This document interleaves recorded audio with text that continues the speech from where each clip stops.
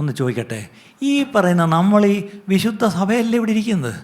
ജാതികളുടെ ഏതൊക്കെ ആചാരങ്ങൾ നമ്മൾ കൃത്യമായിട്ട് പാലിക്കുന്നുണ്ടെന്ന് ഒന്ന് എണ്ണി പറയാമോ? വീട് വെച്ചപ്പം പാല് കാച്ചിയോ ഇല്ലയോ? മിൽമ പാലായിരുന്നോ കറുത്ത പശുവിൻ്റെ വെളുത്ത പാലായിരുന്നോ?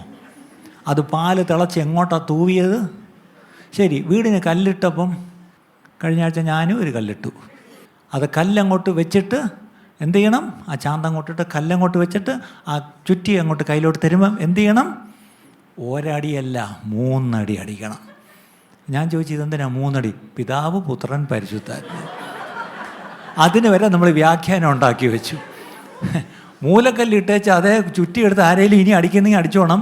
1 അടിച്ച് നിർത്തിക്കളി, 2 അടിച്ചാൽ പോയി അല്ലേ? 3 അടി അടിച്ചേക്കണം. ഇതുപോലെ നമ്മൾ ജാതികളുടെ ഒരുപാട് വഴി കണ്ട് നമ്മൾ പഠിച്ചു വെച്ചിട്ടുണ്ട് അല്ലേ? പോട്ടെ, ഇതൊക്കെ മൈനർ കാര്യമാണെന്ന് നമ്മൾ പറയാം. പക്ഷേ ഇവരുടെ പ്രശ്നം അതല്ല.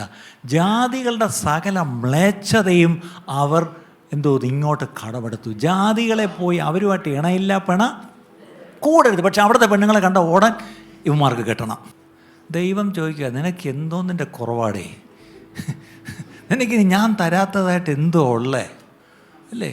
അവസാനം പുള്ളിക്ക് ഈ ദൈവം കൊടുക്കുന്നത് പോരാ, ഇയാൾക്ക് ഇനിയും വേണം.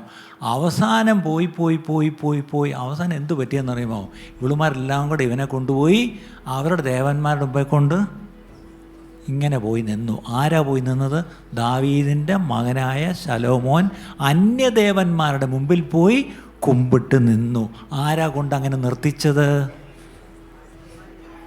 ജാതികളുമായി ഇണയില്ല പെണ കൂടരുതെന്ന് ദൈവം പറഞ്ഞിട്ടുണ്ടെങ്കിൽ ഒരു കാരണമുണ്ട് പ്രിയപ്പെട്ടവരെ. ഇന്ന് ഞാനും നിങ്ങളും ഇങ്ങനെ പതുക്കെ ഇണയില്ല പെണ കൂടി തുടങ്ങിയാൽ നാളെ നമ്മുടെ മക്കൾ പൂർണ്ണമായിട്ട് ഇങ്ങനെ പോയി എവിടെയെങ്കിലും നിൽക്കും. അങ്ങനെ നിൽക്കാതിരിക്കണമെങ്കിൽ ഇന്ന് നമ്മൾ ആ വിശുദ്ധിയും വേർപാട് ഇന്ന് പാലിച്ചോണം.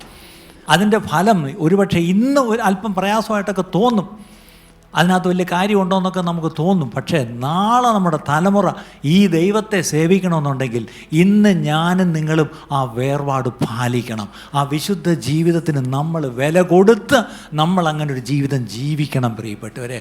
ആ ജീവിതം നയിക്കുവാൻ നമ്മുടെ കുഞ്ഞുങ്ങളെയും എല്ലാം എന്ത് ചെയ്യണം? നമ്മൾ അവരെ പ്രോത്സാഹിപ്പിക്കണം. ചിലപ്പോഴെങ്കിലും അത് വെറും പ്രോത്സാഹനമല്ല, അല്പം ഒന്ന് പ്രഷർ ഇട്ട് തന്നെ അവരെന്ത് ചെയ്യണം? ആ വചനത്തിൻ്റെ വഴിയിൽ നമ്മൾ അവരെ നിർത്തണം.